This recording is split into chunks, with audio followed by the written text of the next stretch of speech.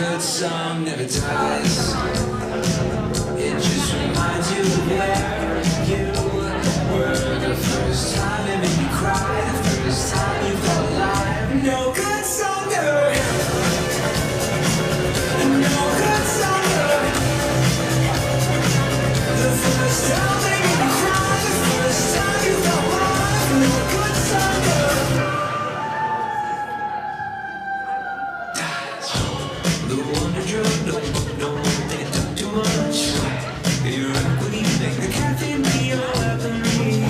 It's the reason there never was one needed.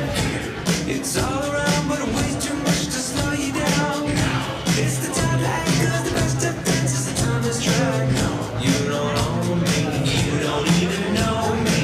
But when it plays, you can't help but sing along. That's nothing odd, that's nothing wrong, 'cause a good song never dies. It just reminds you of where you were the first time it made you cry, the first time you felt alive. No good song never, no good song never.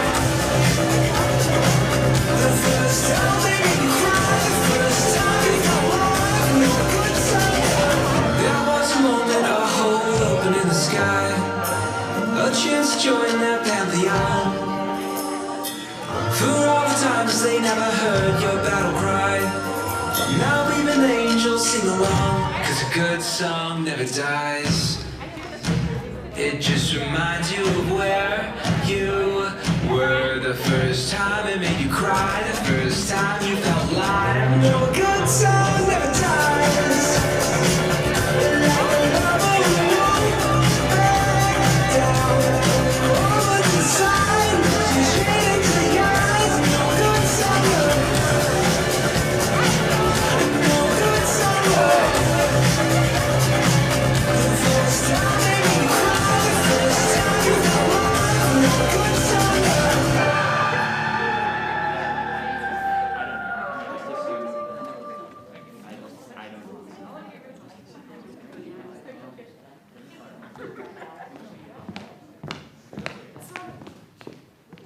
Hello everyone, and welcome to Town 21.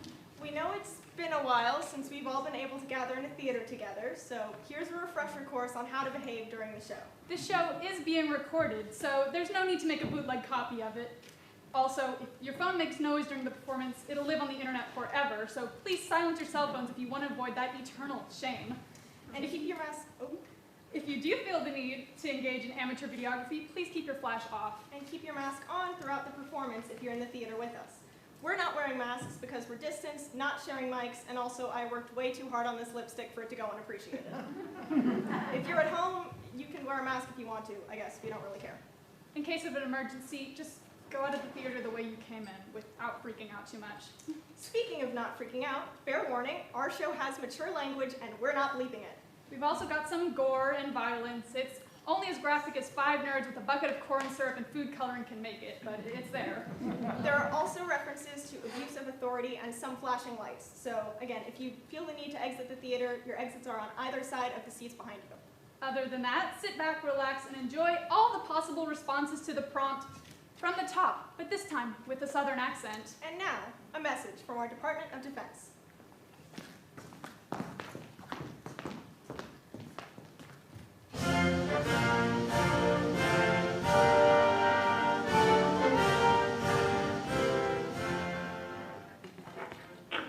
Folks, I come to you here in these unprecedented times with news from the United States Armed Forces. As many of you may know, a tragic incident at Fort Maybury has claimed the lives of 8 of our honorable servicemen. It has been confirmed that this is yet another attack by the extraterrestrial terrorists that have plagued our country, our planet, our home for quite some time now. Texans, we need you on high alert as one of the aliens has evaded capture. The alien is presumed to be in the region spanning East Texas and West Louisiana. It cannot remain uncaptured. These invaders are the ticks on the backs of our necks, sucking away at our resources, and they're going to keep sucking until we do something about it. These are not the creatures of God's creation.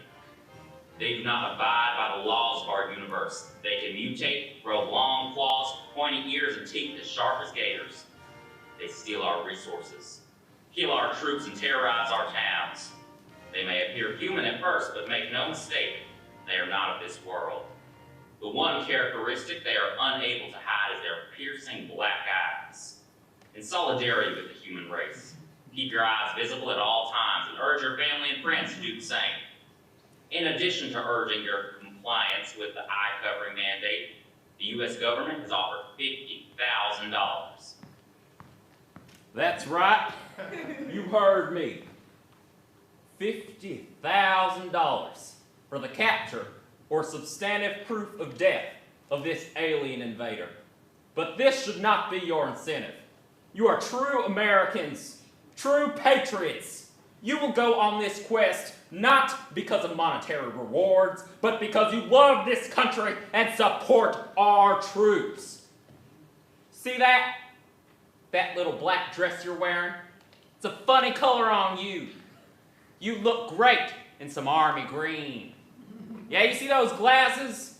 You won't need those in combat. Why don't you enlist today? You, who's out there in the back sniffing your neighbor's hair, I want you. I want you to bring justice to our fallen troops, to hunt down this monstrosity. If you have any information on this alien, please call 1-800-INVADER. Stay strong, my fellow Texans. God bless you, and God bless America. Thank you.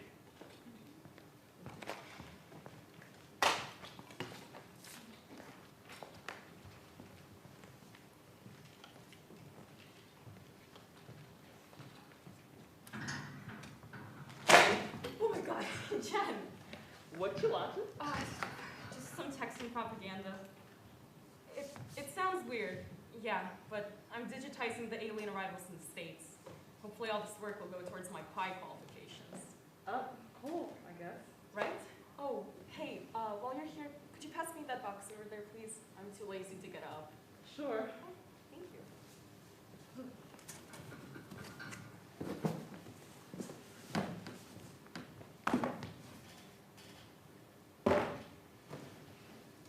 Oh, hey! This is Camel Creek, Texas. This is my hometown. You're from one of the alien towns? That's so cool. How didn't I know this before? Oh, I mean, I didn't really register that growing up, I guess. I mean, it's more of a tourist trap. I mean, it is a tourist trap, but for good reason. See here, one of the military bases adjacent to Campbell Creek was attacked by 2 aliens. One of them died at the base, and the other was hunted down by civilians a few weeks later, 2 high schoolers named Bailey Dupriest and Sage Barnett. Really?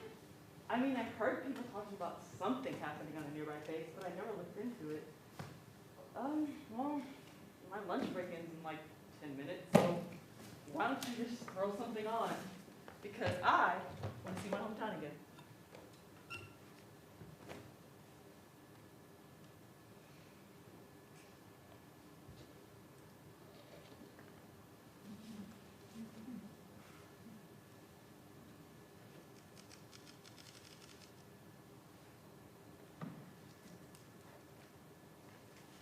On 19 September, a squad led by Staff Sergeant Pieper encountered subjects Echo Tango 13 and 14 in Sam Houston National Forest, between 160 and 200 kilometers out from Fort Mayberry. The soldiers took the subjects into custody and brought them into their campsite for holding. They reported the capture at 1300 hours. Sometime between then and 1600, Echo Tango 14 was terminated, and Echo Tango 13 broke loose. It escaped custody and killed all 8 soldiers on site. The search for this subject is ongoing, and I offer my sincerest condolences to the families of all those who were lost. Staff Sergeant Beecher, Corporal Barnett, Private First Class Johnson.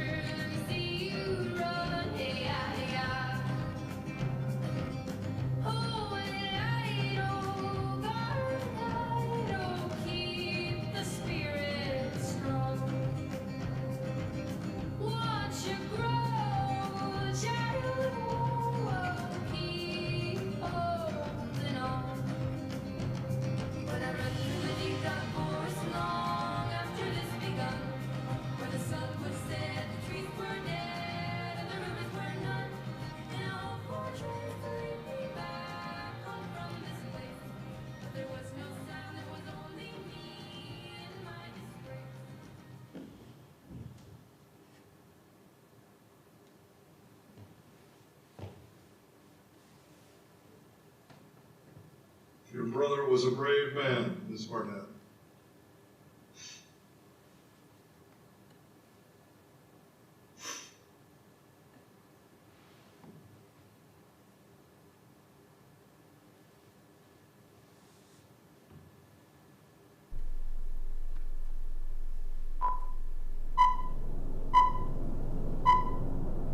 Господи, они приземлились! Смотри, вот там, они тут, они тут!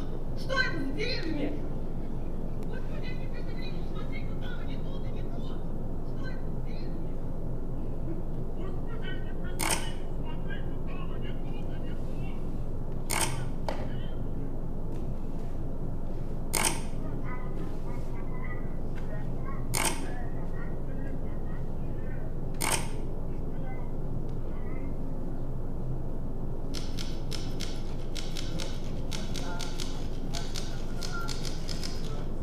вот там, они тут, они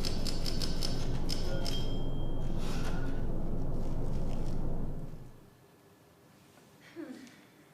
What do you think I should catalog this as? Witness statement? It's about the aliens. I don't know, I guess. It doesn't look official. It's like some handwritten letter addressed to the police. I think it's even a fountain pen. I mean, let's hear it.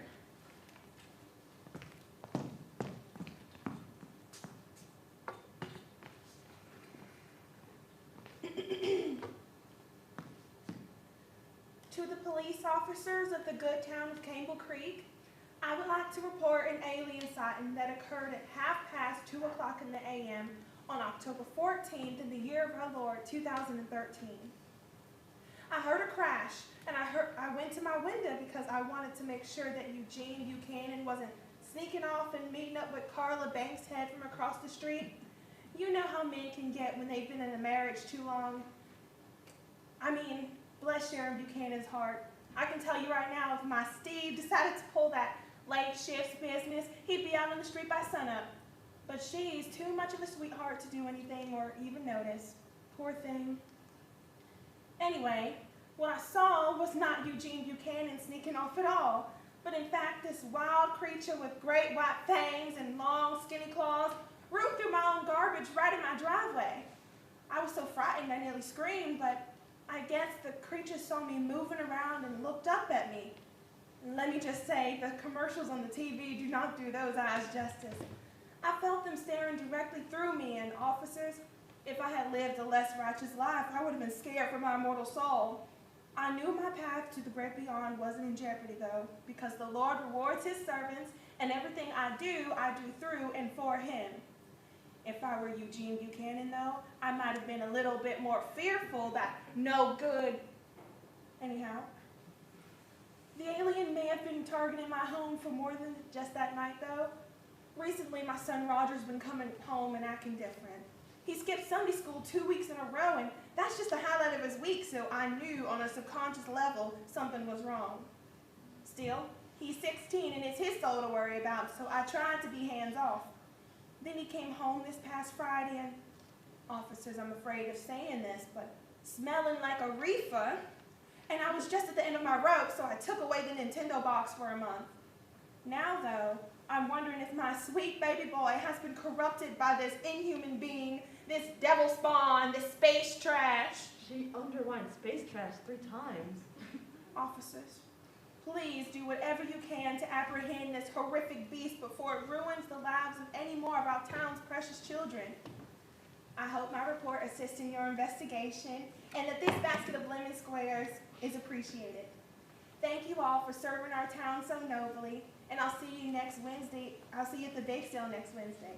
Sincerely, Mrs. Sheila Watterson, Polk Elementary PTA President and Outreach Chair for the First Baptist Church of Campbell Creek.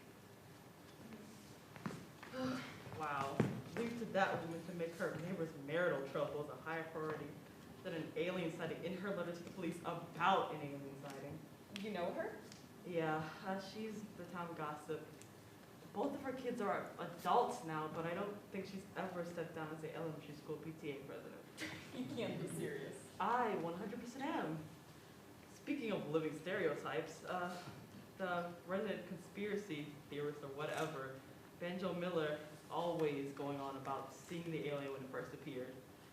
I may be mixing that up with his other alien shit, though. Is Banjo his Christian name? Nothing about that idiot being Christian. No, actually, his real name is Nelson Miller III. Well, do you think Banjo submitted anything to the cops?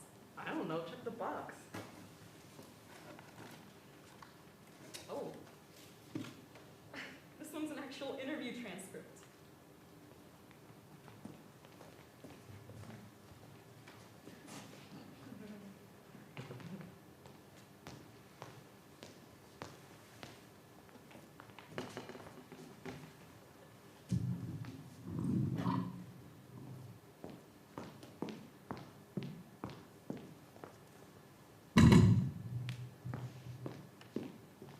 And you were where the night of the 15th? In my car, listening to my scanner, like always. Is that legal? Shit, officer, you're the pop. Tell me. Fine, we'll table that. Now, what did you witness the night of the 15th? Well, I picked up some weird signals near the edge of town. Sounded nearabouts like talking, but it weren't a voice I recognized from anybody I'd ever heard on the scanner. And I've always had a knack for picking up where them frequencies are coming from, so I decided to go and see what was what. I was around half a mile from my car into the woods when I saw it, and I wrote down exactly what I saw, as you can see here. For the record, Mr. Miller has just passed me a crumpled up note that reads, slight figure, ghost, question mark, question mark, question mark, very pale, weird eyes like they said on the TV, eggs, baking soda. Oh, whoops, sorry, officer, must have wrote it on my grocery, that's my accident. You get the gist. Indeed. And did this figure see you? I'm stealthy when I need to be. No, officer, reckon it didn't see me. I was but a whisper on the wind, a shadow in the moonlight. A third-rate Tolstoy impersonator in the precinct. Yeah, I got it. Then you... I drew my 12 gauge, officer. Don't go making out like I wasn't prepared to deal with the damn thing. But the safety got stuck, and by the time I was done fiddling with it... Okay, got it. So you couldn't get your gun working and it ran off. Thank you, sir. Absolutely no trouble, officer. No trouble at all. End of interview. And boom, that is Banjo Miller. How you like that? Did you know that he lives in his car? But with the other kind of weirdo. And that guy's name is, oh god, Tinfoil Jimmy or something.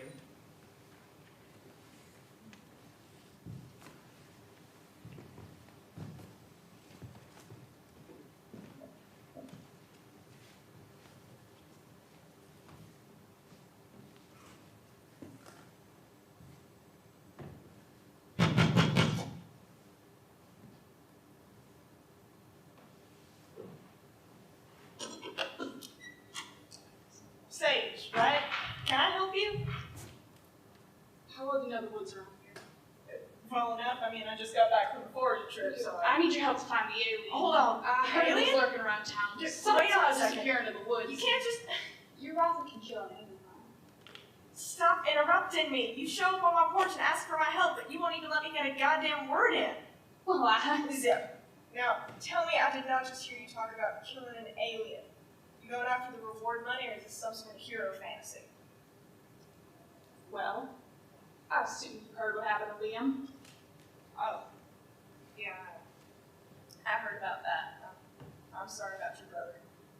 Are you doing okay? No, I'm not just fucking okay.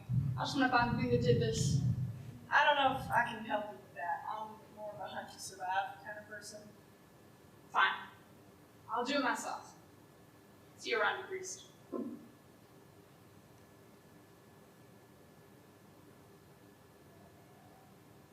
Wait! There's no talking you out of this, is there? You're gonna need someone to keep you from killing yourself.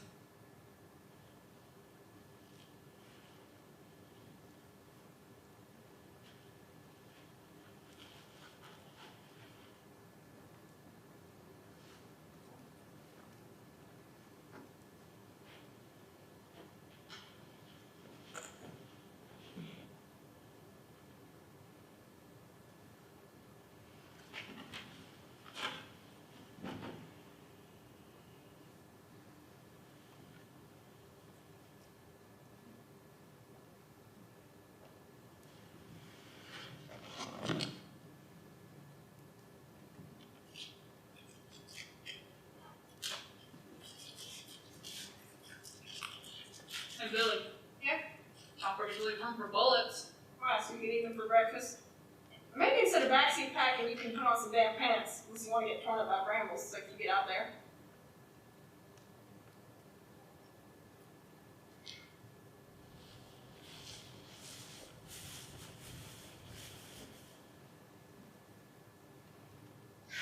Let's send DT back home. That's not even a quote.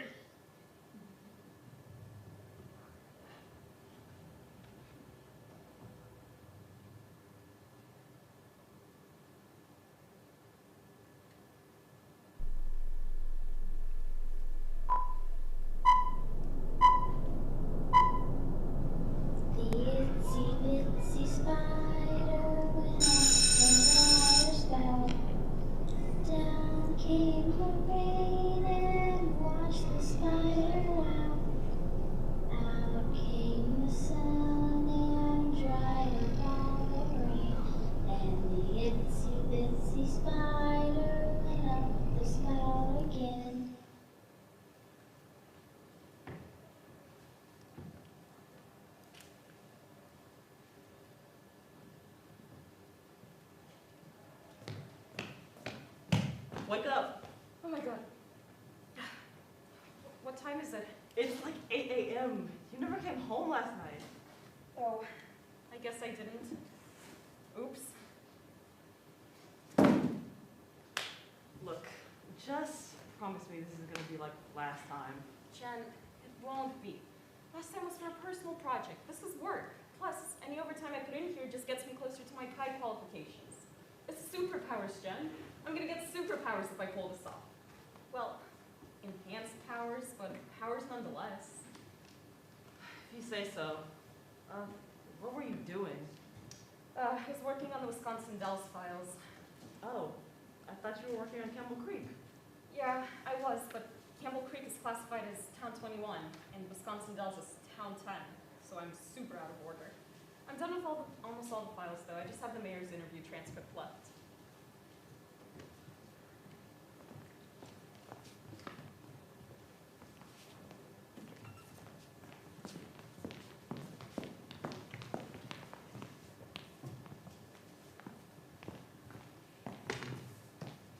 And practically grazing my shoulder as it flashed by, the ship flew into the water. I see. Of course, when I saw that extraterrestrial threats had crash-landed into our town, I leapt into action. There was not a force on God's green earth that could prevent me from clearing the boardwalk to make sure that every citizen was at a safe distance. In your address that night, you said it was your secretary who saw the incident firsthand, not you yourself. Oh, well, I suppose that's true. But it hardly matters who exactly saw the incident take place, only that measures were taken to ensure the safety of our citizens. What measures were taken exactly, and how did the citizens of Wisconsin Dells react? I imagine an event of that magnitude in such a small town must have been a shock to your system. Well, I advised the good people of Wisconsin Dells to stay in their homes while the scientists, special agents, and the like were taking a look at the crash site. I had guards posted in every area to ensure that no other wayward extraterrestrial attack would catch us off guard. The people of Wisconsin Dells put their trust in me as their mayor, and I tell you, they have never been safer than they were during the first few days of the incident. I see. As for their reactions, well, after the initial quarantine, Wisconsin Dells citizens quickly grew curious about the spaceship crash, wanted to celebrate it even. Celebrate? It's not every day that proof of alien life crashes right into your boardwalk river. In fact, we've begun to commemorate this momentous occasion with all sorts of fun and futuristic attractions. The kids get a real kick out of the spaceship replica in our new McDonald's. There's also a water slide under construction at Noah's Ark Water Park to replicate the crash. And the citizens were excited about these attractions? Of course, the people of Wisconsin Dells don't let fear rule their actions. They know that as long as I am mayor, we will move forward stronger than ever and make the best out of any situation.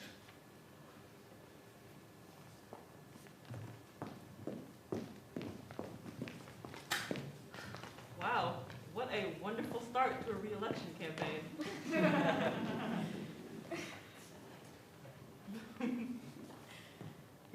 Yeah, I mean, anyways, that was the last of it. I'm finally done with Wisconsin Dells, and it's almost my lunch break. I think I'm gonna look over Campbell Creek again. Something about the timeline just isn't adding up. Zara? Look, Jen, how are you gonna tell me that doing my job is a bad thing? Okay, fine. I promise I won't stay overnight again.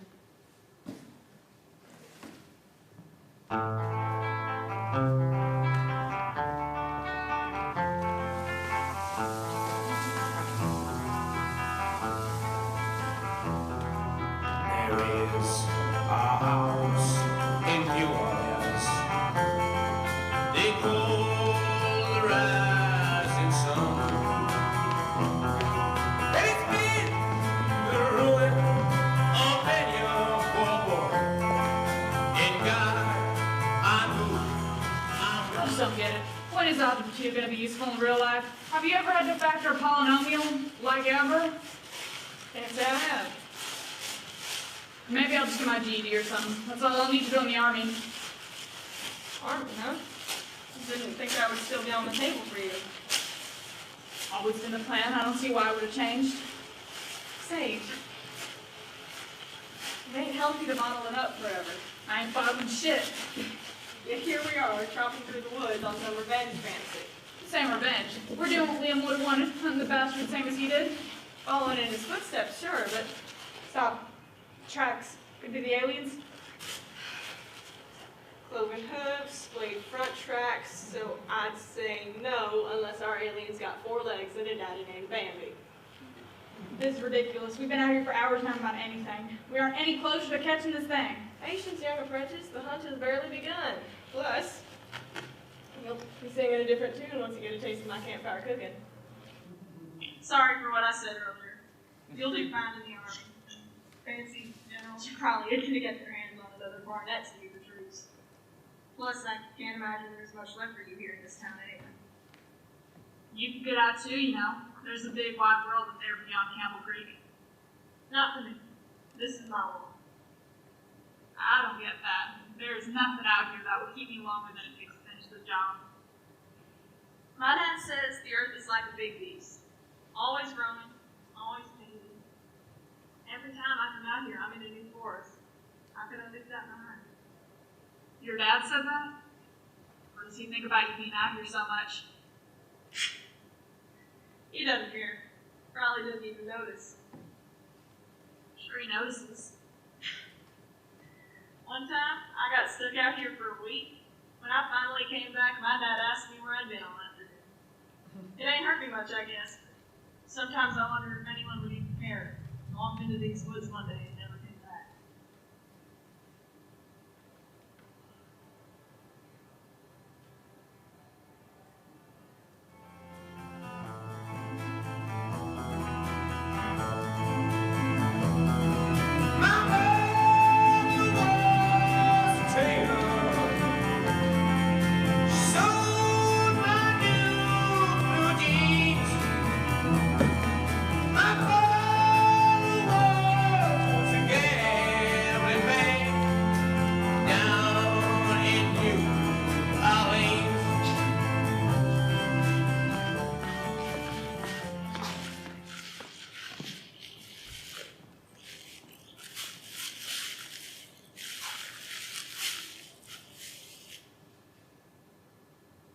Hey, Billy.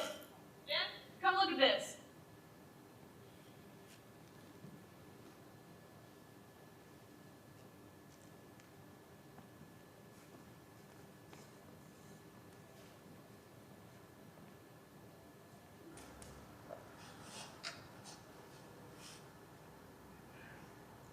This is like super expired. Looks like an animal got into an animal or an alien. Don't get too excited. Campers leave trash out here all the time. Yeah, but it was caught digging through someone's trash. I bet it took this stuff for food. Maybe. Whatever it was hungry, that's for sure. Absolutely destroyed these boxes. Bet it's getting real desperate. desperate out there.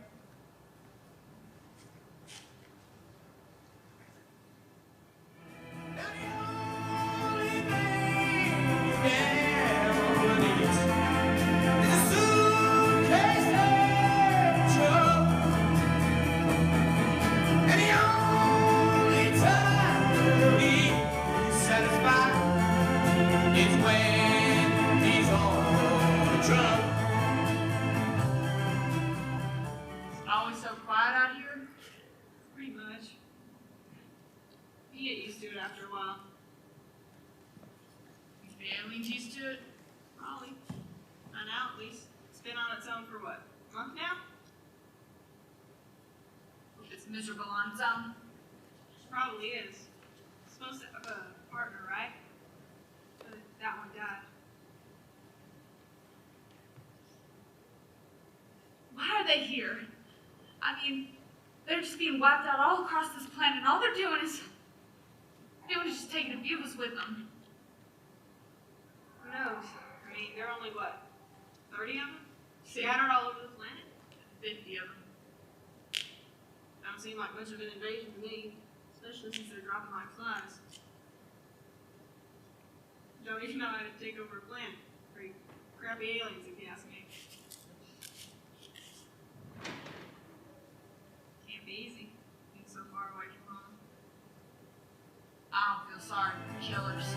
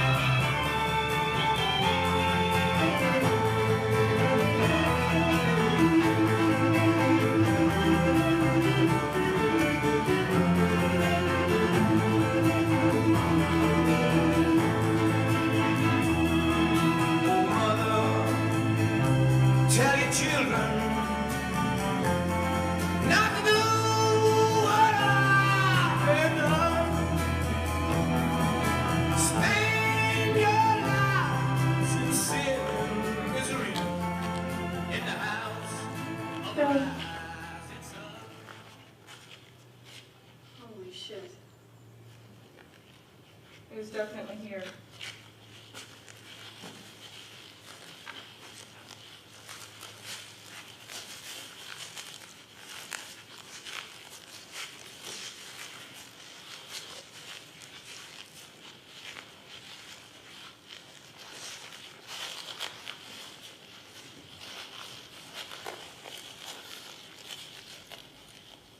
I think we're getting close.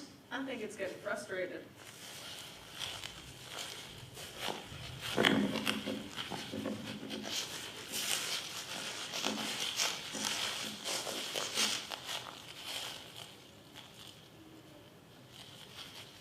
Blood, still fresh, probably around here somewhere.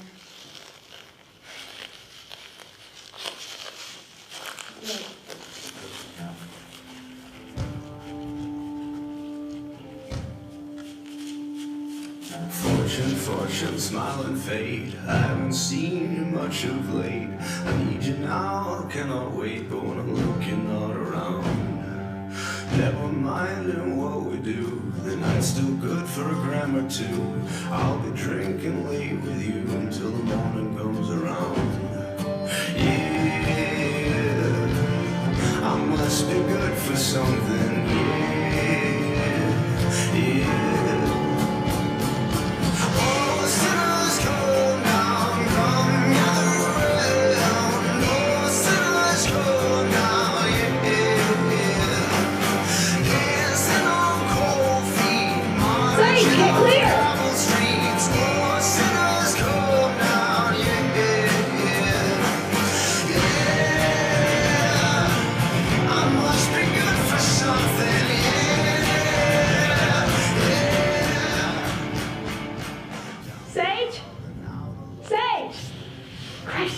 I never should have agreed to this.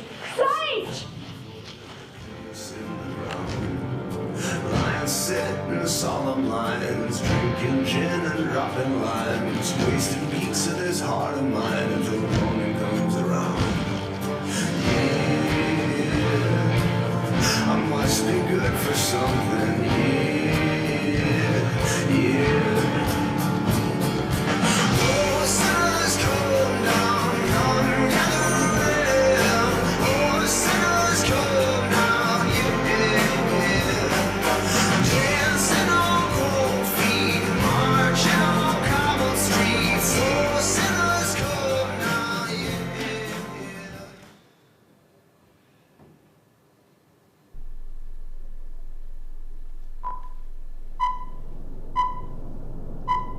Con los terroristas. Con los terroristas.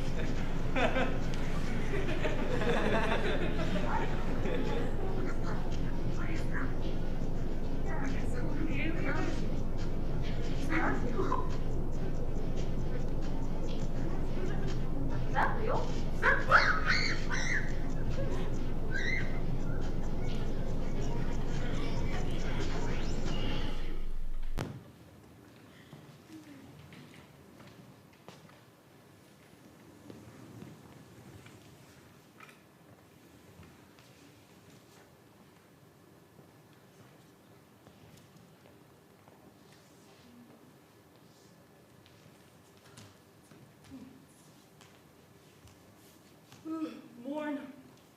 Hey, Jen. Ing. Hi. What is this? I just had a thought I needed to visualize. Ignore the fact that it's pink yarn, so I was out of red. Although, I do think the pink adds a certain je ne sais quoi. Right. Anyway, what, are you up all night? Maybe. Look, I know I said I wouldn't pull another all-nighter, but I just have to prove it. What?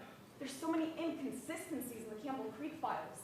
For a government so hell-bent on obtaining the alien invader dead or alive, it sure didn't do a good job with this one. That must mean something. Okay, look, the police report is a different cause of death in the military records. The only alien remains are a bloody t-shirt, and the people who supposedly killed the damn thing refused to be interviewed after their initial statement. Look, Zara, I'm getting a little worried about you. All this conspiracy stuff, is it healthy? Come on, it's not a conspiracy if it's true. You've heard of MK Ultra. Oh, please don't use MK Ultra as an excuse to explain this shit. Don't call my board shit, I worked hard on it. Oh yeah, you worked hard on it. You worked a little too hard on it. What? This is what you're gonna show the committee? A board in an underbaked theory? That's your exceptional work?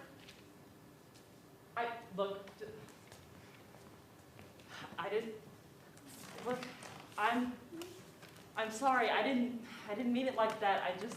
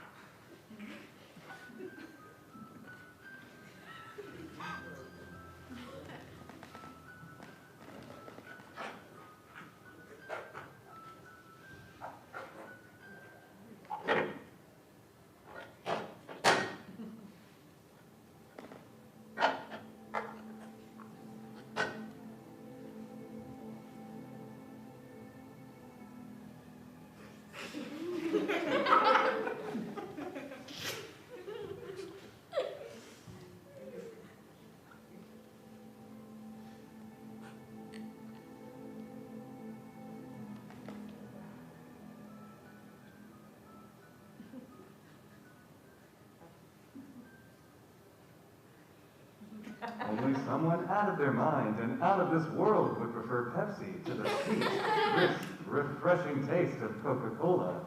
On Earth, we believe in freedom, and freedom tastes like Coke.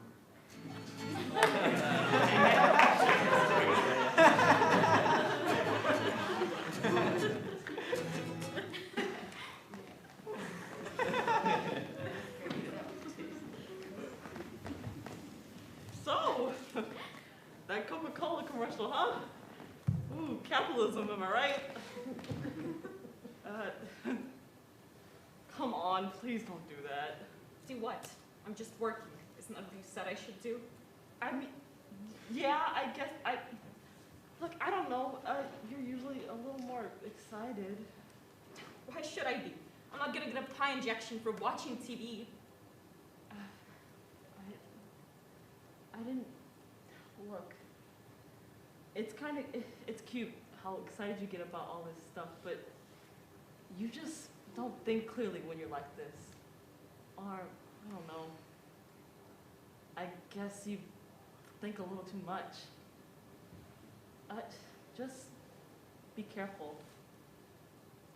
Please? Okay.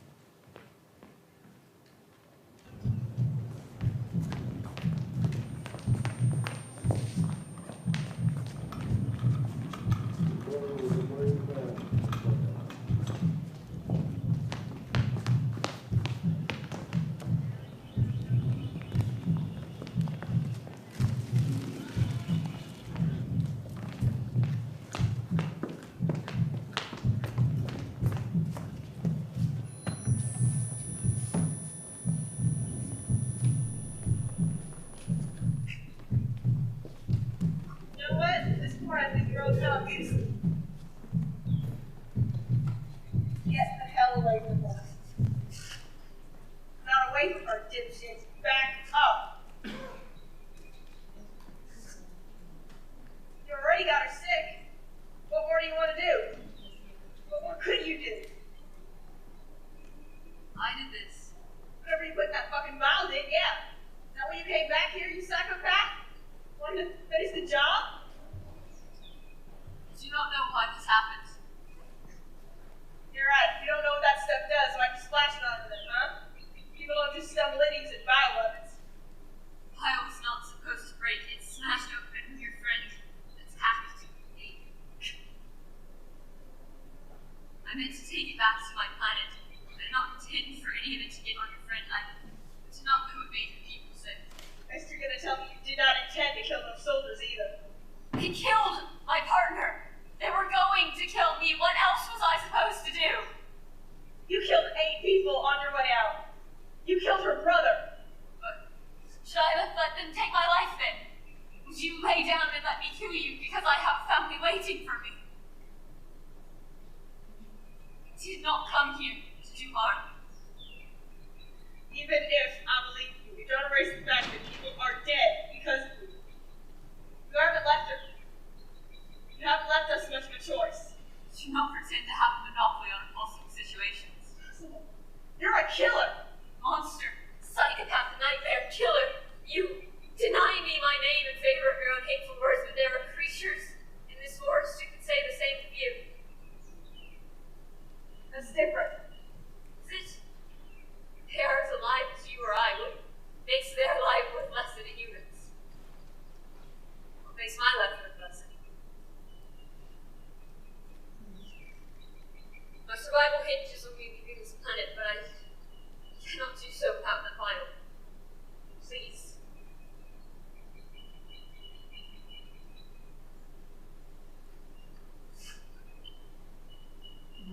Why is this so important? The people who sent me claim this is an energy source I do not know what they want from us. The people? Thought they were your people. No. They use us for our talent and chemicals. In some ways I'm as much a prisoner on my own planet as I am here, but at least there I am with others like myself. Please. If I give you this, I want you to get the hell out of here. I never want to hear about you again.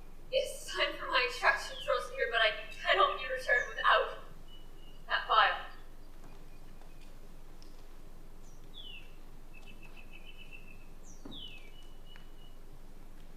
Fine. Stand over there.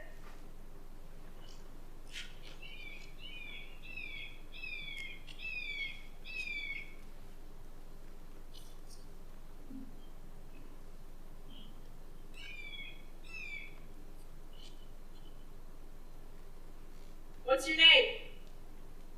What? Your name. If you're gonna stop denying it, we need to know it. Phoenix. Billy. Thank you.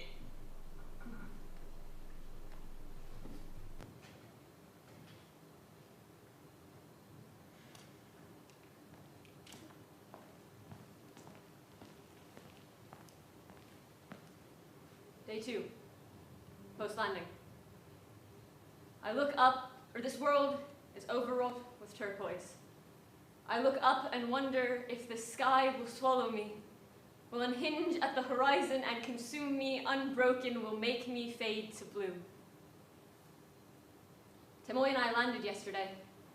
We started making our way towards our designated material site. As we came down, I thought we received a garbled distress signal, but he didn't hear anything. And I guess he must be right. These new ears are still strangers, and I'm not sure I can trust them quite yet. Day 5, post-landing. The sky went to fire at sunset today. We stopped by the roadside to watch it burn, only I didn't look into the flames. I watched it refract in the obsidian of his eyes and wondered if we could disappear into this world quietly, like a breeze petering to silence. We are fluent in evolution as skin changers. Could we morph into the shape of this world? We've made less progress than we hoped we would. The forests of this planet are alien to us, shorter and more compact than those back home. There is a density to this place that crawls its way into your throat and holds you hostage. I asked Tamoy if the gravity was stronger here, but he denied it. He thinks I'm imagining it, this strange weight, and I can't say for sure that he's wrong. Day 9, post-landing. I am composed of borrowings, bone and skin and sinews, all taken for a time. I hope that I survive long enough to return them, to make my body into myself.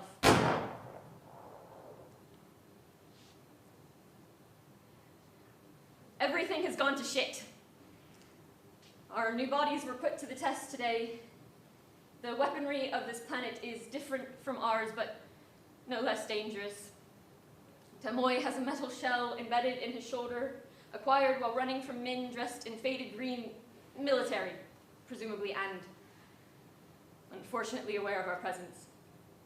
They attacked us as soon as they saw our eyes. I think another pair of our people must have been caught and studied, and Tamoy agrees with me in his brief respites from pain. He thinks I was right about the distress signal.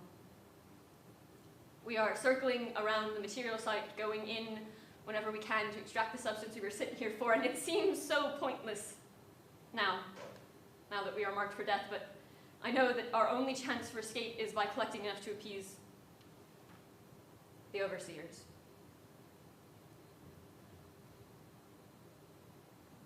Day question mark. Post-landing.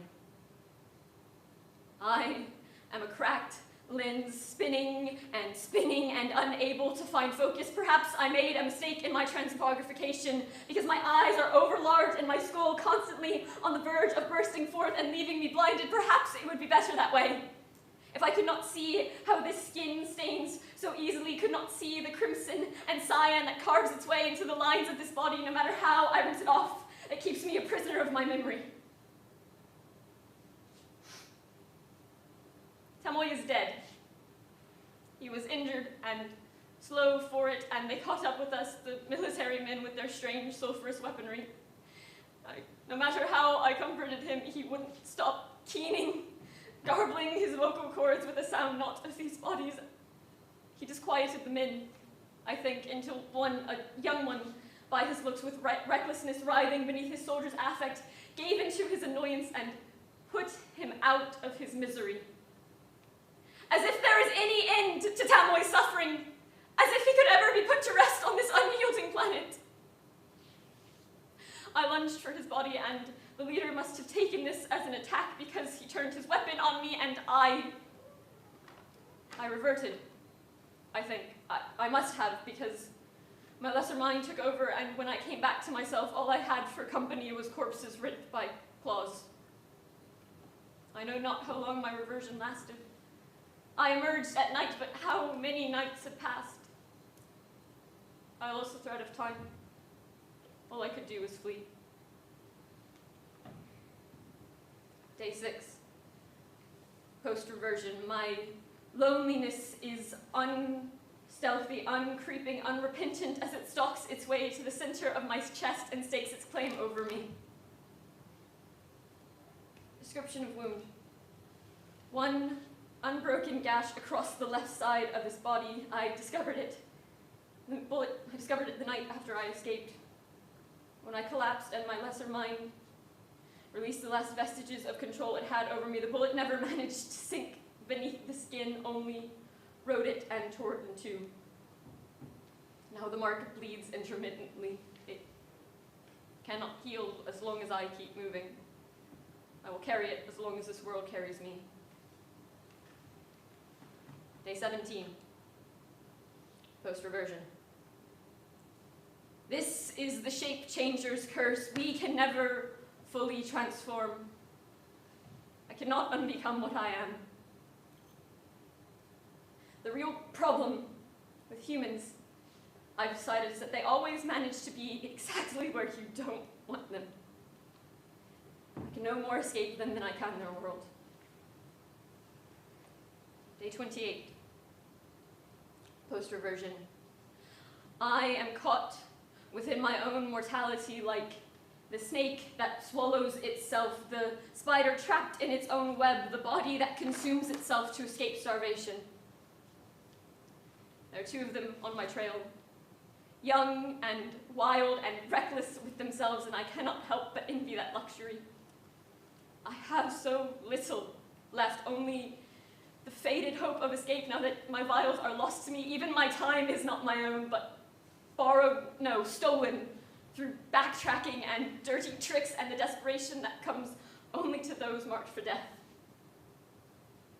I should have died on that dock, shouldn't I? Smashed open like the first vial, or worse, taken by my pursuers along with the second. Even now, I close my eyes and all I see is my own corpse, so much like Tamoy's. I am obsessed with my death, I think. I lay down and sleep only to dream of the way these humans will take my life. Will they be fast, violent, vengeful about it? The one who tackled me on the dock certainly fought that way. Or perhaps they will have greater cruelty, and it will be slow, an agonizing reflection of my failure.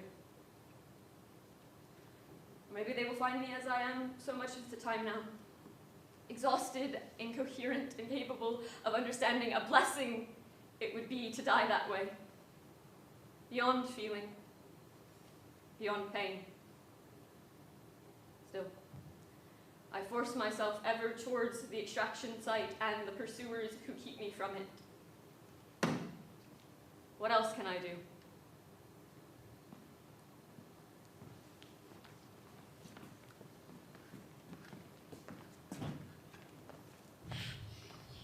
Hey, you're awake. Took you long enough. What happened?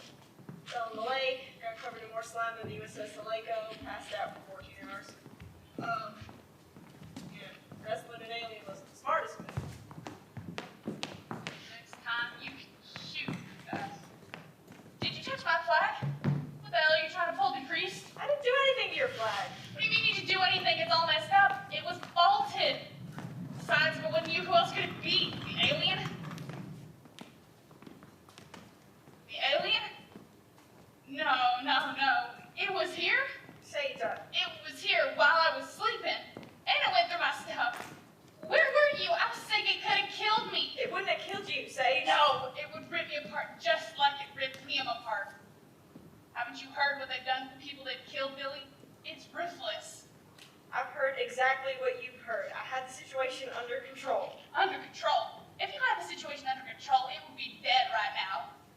Jesus, for someone who claims to be survivalists, you're useless without rifle when it comes down to it. Listen, Sage, maybe you just don't know what you're talking about when it comes to this stuff. Maybe none of us do. Invade. Kill. Destroy. It is not that complicated. These are monsters, Billy. This thing we're hunting, it is a monster. It's not a monster. I talked to it, Sage. Their name is Maddox. They didn't mean to kill your brother. They're scared just like us, and they just want to go home. I don't want to hear this. No, Sage, I think you need to. I think everyone needs to. These aliens, they're people just like you and me, and we're killing them just as much as they're killing us. Billy, you know what the hell you're talking about. No, Sage, I think I do. I think the government and the military and everyone else has been acting like we know what's best, when in reality, we're lashing out like trapped animals and hurting innocent people in the process. Shut up!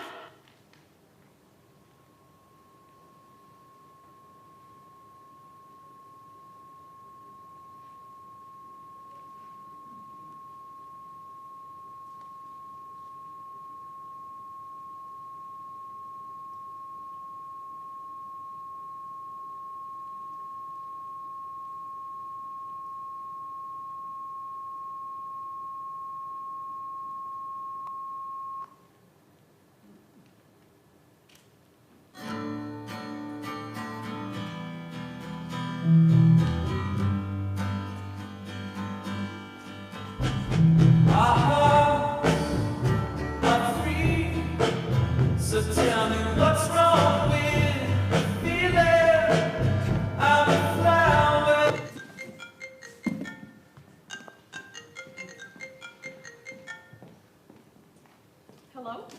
Hey. For dinner, I'm going to Tiger Fort. It's great! Sorry, I just have to do that. Obligated. But anyway, you want anything? Yeah. Do you know if they have Mapatofu? Sure. Whatever. I'm gonna pick it up pretty soon, so you should start heading home. Yeah. I'm already home. Oh. Did you finish early? I mean, I sort of just left. You just left? Why? I didn't want to bump into anyone with my box, so I left before work ended. Hello? You still there? Box of what? Just some Town 21 files. They're already digitized, don't worry. How long have you had it? Half an hour maybe? Why? You need to return that right now. But I need it for work. I'm going to... Oh, that's great. You know what? When you're on trial for theft of government property, just tell the judge that you are working. You didn't let me finish. I need the files to cross-reference Mr. Priest and Ms. Barnett's statements. I already bought the ticket to Campbell Creek, so There's no way you can stop me. I'm going to see them. No, you're fucking not. I'm gonna come back. You're gonna stay right there, and I'm going to return that box myself if I have to. Goodbye.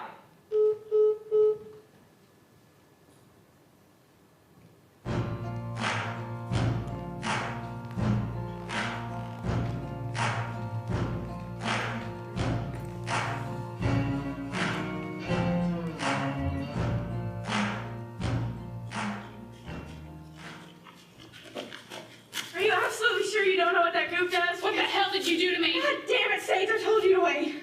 Well, I don't take orders from traitors. This is far beyond my area of expertise. Yeah, welcome to the club, compadre. God, would you stop talking to you like your best fucking friends? And you'd better fix this. It's what you appear to be perfectly healthy. Healthy? She's got magic fucking powers or something, I don't know. God, stop feeding information. Sage, please, God, cool it. After you left, she will... Come on, man, I'm trying to help you. Help me? Letting them get killed, my brother get away? This all came over last night. You're such a fucking coward. Just, God, for once in your life, Billy, just sit down and shut up. You poison her mind, you bastard. How many more people are you going to take away from me? Because trust me, Liam was more than enough.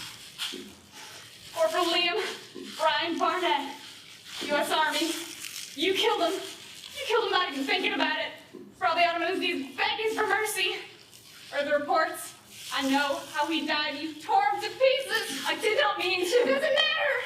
It doesn't fucking matter because you did it anyways. Get on your knees. Now.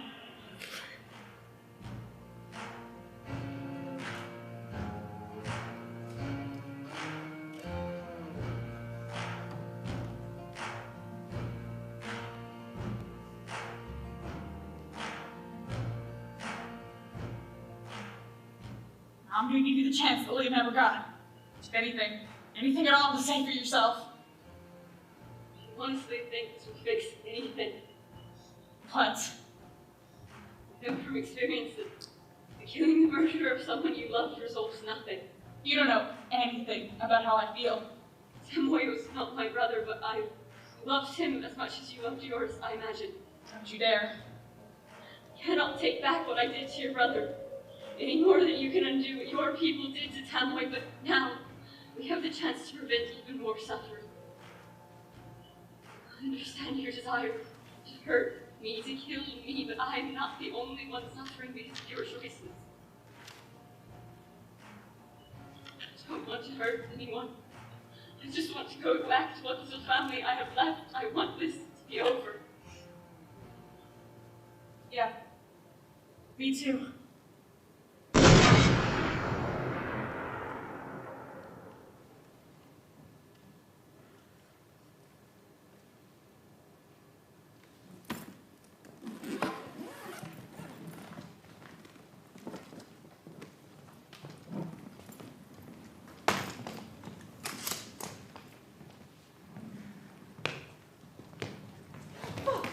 Fuck indeed. You really think I'm just gonna let you run away? I'm not running away. You're right. You're gonna stay right here while I return that box. Now, where the fuck is it? Stop! Stop, please! Take that back so you don't get in trouble! Stop! Just stop! You're overreacting! And you're underreacting! Hello? If anyone finds out you took that, you could go to jail! No one's gonna find out. I'll have the documents back before anyone notices they're gone. Oh my god, what is even your plan? I know you won't understand, but I need the files to check my hunch. Your stupid little theory. No, I mean my hunch. The Town 21 alien isn't dead, I'm sure of it. I'm gonna find the people who killed it and I'm gonna get some answers. Oh, okay. You know what? Yeah, you'll get your answers. And then you'll go straight to jail! No, I won't. I'll be saluted and awarded, and I'll finally get my pie license. In jail? No, not in jail, because no one's gonna find out. I'll come back from Campbell Creek with proof that I'm right. Oh, okay. Listen, let's say you do find proof that I didn't kill it. Then what? What does it matter? Aren't you at all curious why they would lie about killing an alien? Okay, if they didn't kill it, then how come they're still alive? That thing killed like 8 soldiers. It could have killed 2 teenage girls. That's not. Even if the vial of blood, a dirty t-shirt that's practically nothing, but they insisted it was hard evidence. Why? Were they protecting the alien? Even if they really didn't kill it, it's probably dead by now. There's no point in obsessing over this, over risking jail time just to prove that one fucking alien didn't die. But how do you not see the importance of this? I don't care how important it is. All I see is my friend who is barely sleeping, barely eating, and is literally about to hop on a plane with stolen government documents. So just let me take this. No, stop it! Stop it! This is for your own. Please stop! Please Stop it! Stop it! Stop it! Please! I need to know why they didn't kill it, why they let it escape. I need to know now. What if the only witnesses die while I'm figuring out another way? Then I'll never get my own powers, and I'll never know. And screw me. Who cares about me? The world will never know.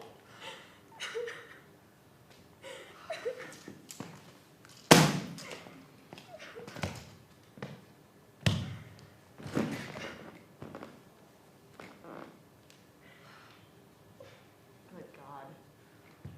Look, I know you like uncovering all this weird crap. It's exciting, I guess, but you're missing the point. Who cares about you? Hello? I care about you. And I'm not gonna let you kill yourself over some stupid box. It's not just a box. It It's is. my word. It is. It is literally just a box. And you're my best friend. God, you're letting this fucking conspiracy get the best of you. Oh. Fine. Look, well, you already bought the plane tickets, so I guess I'll just take a day off, maybe 2 from work, and go with you. I could show you my hometown, all the people in it, those woods, if you really need to see them, but this is not going to be for a project. This is going to be vacation for the 2 of us. I already put so much work into proving my theory. I keep going back to square one. Look, this little thingy here wants so much, doesn't even have deadlines. Besides, I'm sure there are way more interesting things and healthy things to focus on. Like what, like Banjo Miller? Yeah, like that fucking country bumpkin. So what do you say? You wanna do it? Sure. Yeah, let's do it. Just take that box away before I change my mind. That's what I wanna hear.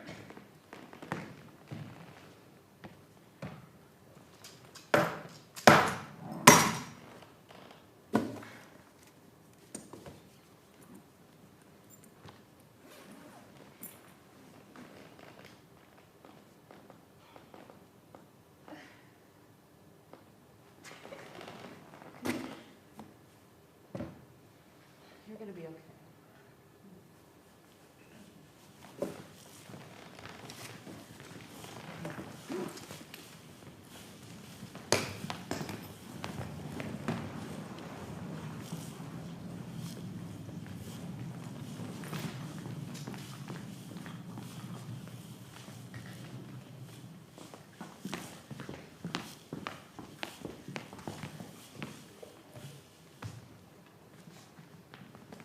Well, the blood on the shirt is genuine. We'll trawl that pond and see if we can't find its body.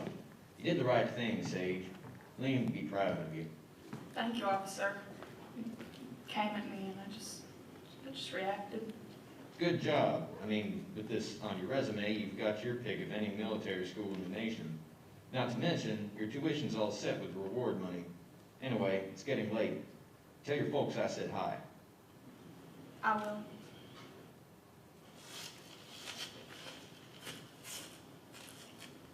That's weird.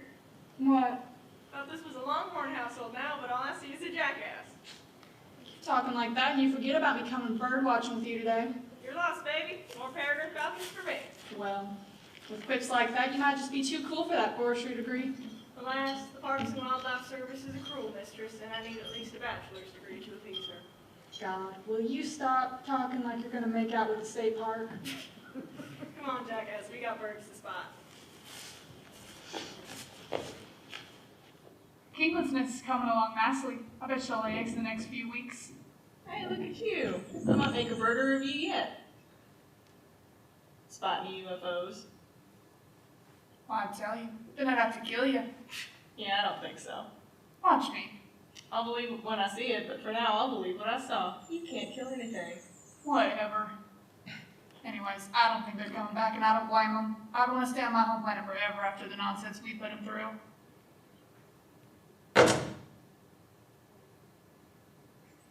We've got mail. I was just thinking we were about due for another special delivery.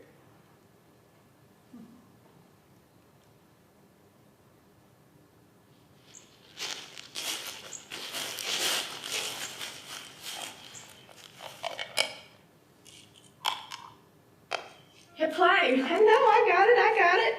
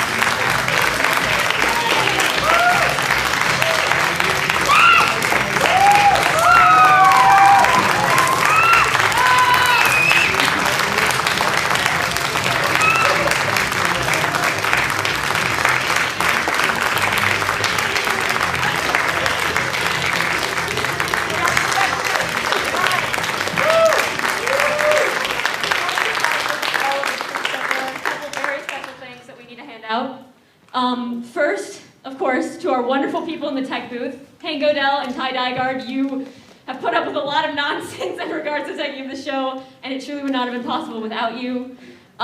Thanks to everyone who did visuals for us, but a very special thanks to Ileana Larson, who provided the bulk of our visuals. And without whom the show would be a much worse product. Thank you to all of our actors who have been so wonderful, especially today, getting things off the ground. Thank you to Elijah for filming for us. Thank you to Bailey and Brendan and Miss Rollater for being wonderful consultants these past 4 years. To Miss Swinnick, Miss Opday, and Miss D for being the best department heads we could hope for, and the people who gave us the confidence we needed to get this thing off the ground. And a very big thank you to the creative writing class of 2021 who have supported us and loved us and made us into the people who could make what you saw tonight. And then, if you'll indulge us for one more tradition, before or after a lot of senior shows, they like to go around and say nice things about each other. You notice that we didn't do that at the beginning of the senior show, but we're going to do it now. Yay!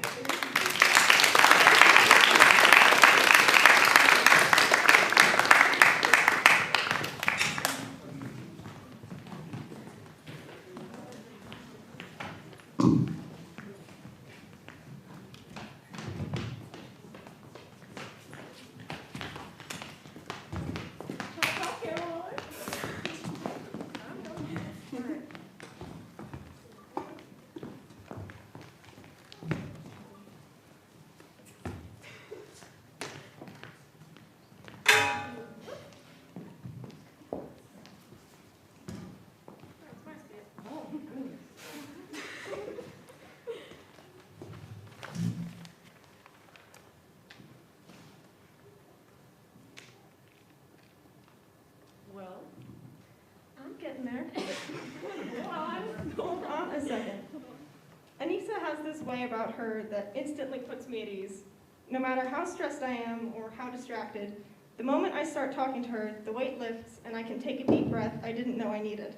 Our conversations are always just nice, positive. Whether we're just chatting about our days or joking about bullying Eli, I always end up laughing until my lungs hurt because she's just that funny.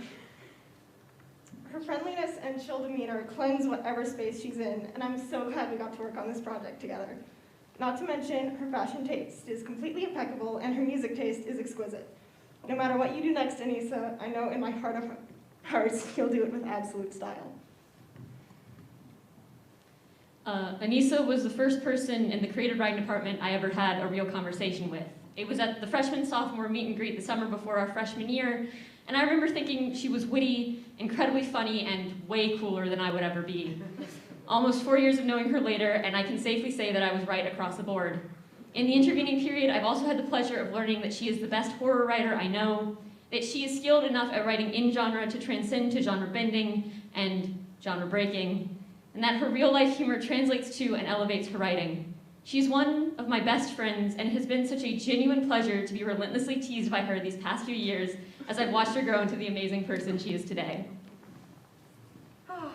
Just like there's no horror writer stronger than Aanisah Johnson, there's also no person more vibrant, kind, fun, and understanding to spend your time with. With Aanisah, silent moments are always meaningful, and jokes can go on forever and never get boring.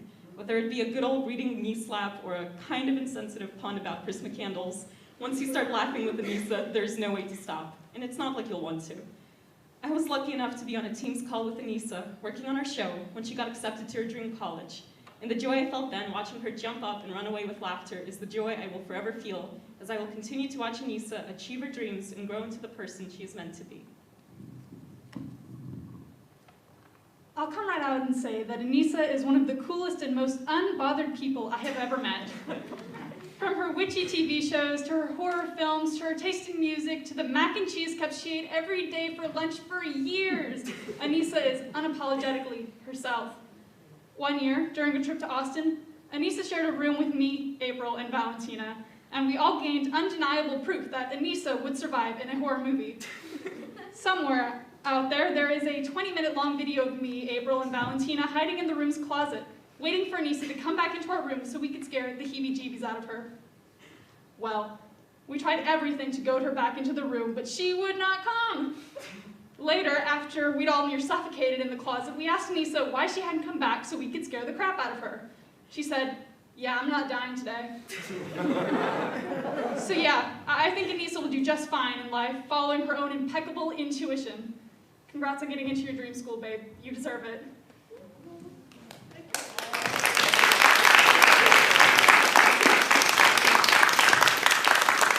Well, that was glowing. I mean, I felt flattered, but also kind of like that was a read, but thank you. But this is not about me. This is about Caroline right now. Ooh. Caroline is literally one of the kindest individuals I've ever known. Just from putting up with all my bullying Eli and putting up with all my shenanigans, she has remained like a rock in the creative writing space. We kind of refer to her as the mom friend, and I think that's pretty applicable. You have this way about you that just calms me down. Whenever I'm having an anxiety attack about, literally everything, and when I'm just feeling kind of down, conversations with you make me feel better, and they make me feel a way that I can't really describe. Your writing is some of the most beautiful and flowery poetry I've ever read, and I cannot replicate that, but I certainly appreciate hearing it from other people. Thank you, Caroline, for being with me these 4 years and just being such an amazing, supportive person. Thank you. I was told I was morally obligated to make Care cry tonight by Care about 2 hours ago, so I'm going to do my best. Everyone has a few people in their life they were destined to become friends with. Care Paden is that for me. Our first real interactions came back in our freshman year poetry class, where we bonded through the strange conversations and real emotional vulnerability that only comes when you send 3 high schoolers out into the hallway to talk to each other about their fledgling attempts at poetry. Over the years since then, Care has become my best friend and my favorite person in the world. She's unyieldingly kind, incredibly insightful and brilliant in everything she sets her mind to. I could listen to Care talk for hours on literally any subject because the commentary she provides is always as complex as it is engaging, and yes, that is why I agreed to do a podcast with Care. She's the best fiction writer I've had the pleasure of reading, the best DM I've had the pleasure of playing with, and the best person I've known or know. To put it quite simply, she's incredible, and I am so incredibly lucky to have her in my life. I love her much more than words could ever express, and know that whatever she does next is going to be 10 times as amazing as anything I can imagine. You're my best friend. I love you. Well, Care. I practically grew up with Care. We went from singing Heathers in Lanier Middle School's courtyard to co-parenting the entire creative writing class. Ellis was the first father, I was the second, and I gave up within a year, but Caroline didn't, so props. And now to creating an entire senior show together. Care is perhaps the most talented and hardworking person I know. Before freshman year even started, she already completed a novel, and even though that drive is a bit unsustainable right now, Care's hard work, effort, and absolute ingenuity shines through in all of her pieces.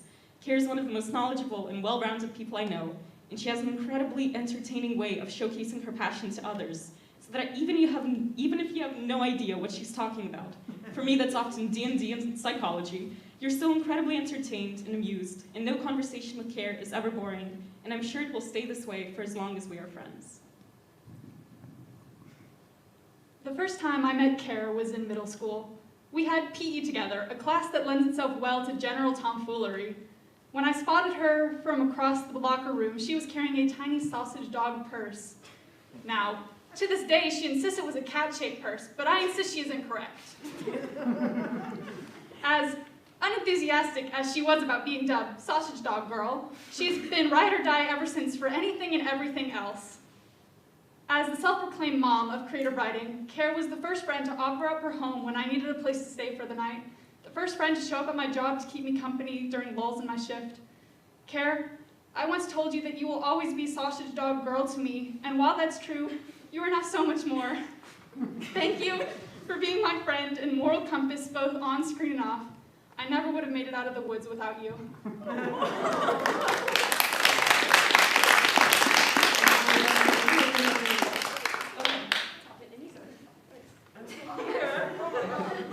Oh my goodness.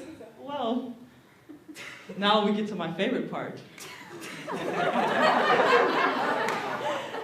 When I first met Eli Johns-Krull, the first thing that came to my mind was, how underwhelming. Just kidding. Just kidding. Well, actually, the first thing that came to my mind was, finally, I have someone who is just as nerdy as I am. And that is a compliment, by the way. But seriously, you are literally one of my best friends, and I really mean that. You have put up with a lot from me, including bullying, but you bully me back, so it's just fair. Yeah. Yes, you nerd. You are incredibly smart in a way that I'm not, but you're gonna become a physics major soon enough. That's gonna happen, and I love that for you. However, you're also a really good creative writer. It's like, so what was up with that? Did you just decide to drop that? Was these 4 years meant nothing to you, Eli?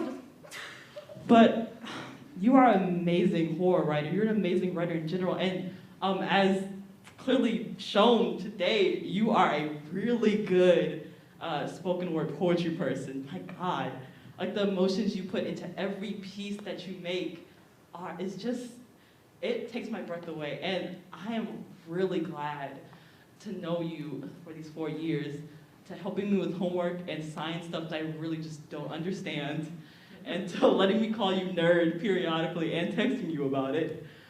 I love Eli Johns-Krull, and they are one of the best friends that I could ever hope to make. So, and I say this with love, you are the epitome of a really cool friend.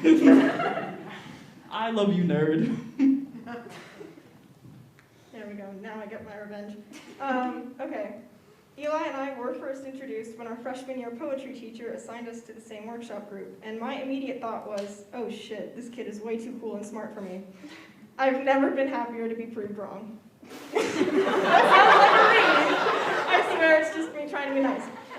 Eli's academic success may be notable, but it's not their ability to mentally add the triple-digit numbers that's made our friendship so enduring. Their writing tugs at your heartstrings because Eli understands the human heart in all its messiness and beauty better than anybody I know. Whether it's a terrible joke about Lord of the Rings or grappling with my identity, whenever I think of something worth talking about, Eli is the first person I want to share it with because they're the first person I've met who I know will genuinely listen, no matter what. I love you, nerd. Me too. There's no proper way to describe the gargantuan impact Eli has had on me, so I won't. Anyone that has ever known Eli knows that we can't help but gravitate towards them. How can you not? They're incredibly funny, kind, generous, not to mention the absolute smartest person in the room at all times. This one including. Sorry, guys. And there is never a dull moment with them. I know we've only known each other for 4 years, but it's hard to imagine a time without Eli. And hey, that kind of makes sense, as we are self-proclaimed twins via transitive property, with the connector being Shelby. Every moment I spend with Eli is magical, from rolling with laughter during lunch, or aggressively solving math problems together, or, again, randomly hitting each other's knees. I know that I would be an absolute fool to let them slip out of my life, so I won't. Duh, it's actually quite an easy solution. If you've ever received a text from Eli, you're probably familiar with their 3 favorite phrases. Welk, as in you're welcome. Rip, as in dead. And my personal favorite, smiley face. The typed out smiley face that says dead inside. If you've ever met Eli beyond the screen, however, you know that they have an eloquence beyond these 3 simple phrases. From verbose screenplays, essays that make English teachers swoon, and poetry so good it's intimidating, Eli has a way with words that make you simultaneously so jealous you can't stand it, and so in love that you can't stand it all. Once, during sophomore year, I was at a party and someone yelled, "Raise your hand if you've ever had a crush on Eli." To my astonishment, almost everyone in the room raised their hand. What is it about this funky little nerd that makes them so lovable? Eli, when I talk to you, I always feel like you listen. You're so kind and so smart and always so good to me. I'm proud to call you my classmate, my friend, and the love of my life.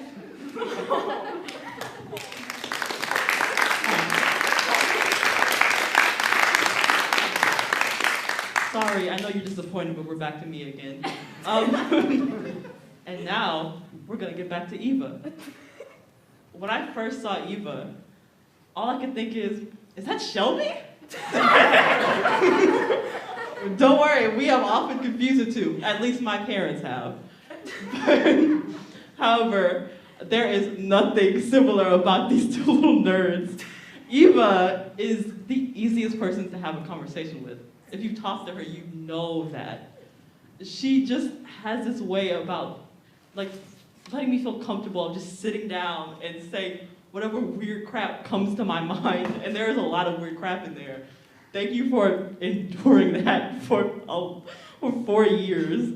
Your writing is, well, it's amazing. Like, the way that you go on long descriptive rants about Chris McCandless is just, mwah, chef's kiss, by the way. And your descriptiveness in fiction is unmatched. Like, you could keep going for 10 pages about a box of candles. It's amazing. And I love your sci-fi stories. I love your glasses. I love your curly hair. I love everything about you.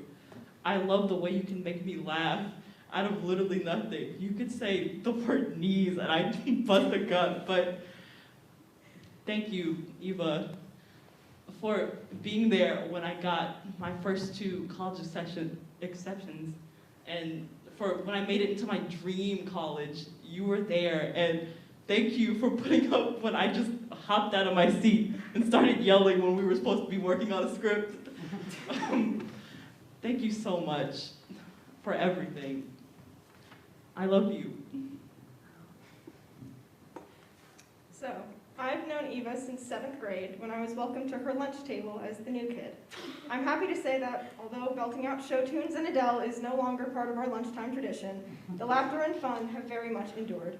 Eva's commitment, whether it's to research for her next science fiction story or her friend's happiness, is unparalleled.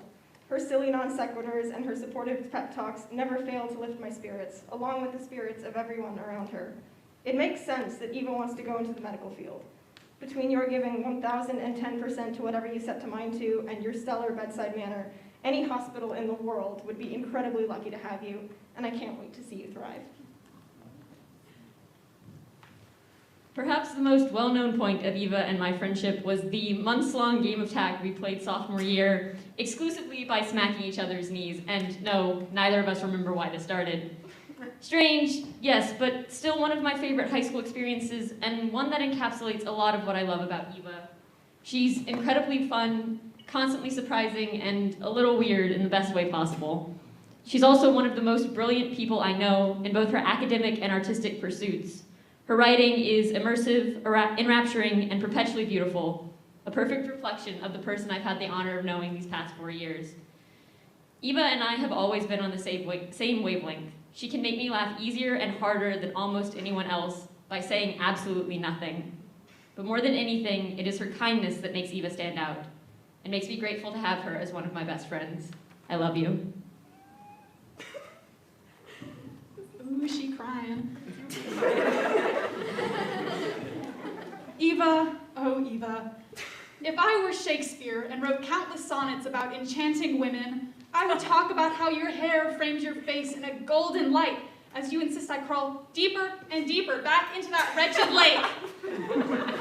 I will gush over the curve of the grin you wore as I was dragged through the dirt to get my costume muddy. Thankfully, I'm not Shakespeare, and thankfully neither of us have attempted a sonnet since like sophomore year at least. 14 lines of rhyme have no way of expressing my joy walking up to your door, knowing we're about to go on some wild drive through town in the name of Babe Friday, or listening to you gush over the next endangered Australian species, watching you wander a Whataburger in a hot dog hat, exploring the Renfest dressed as some version of a sexy elf. I don't know. This year, especially, you have been such a great presence in my life, and the happiness you bring to me is as incalculable as our calculus homework. Babe Friday forever, my love.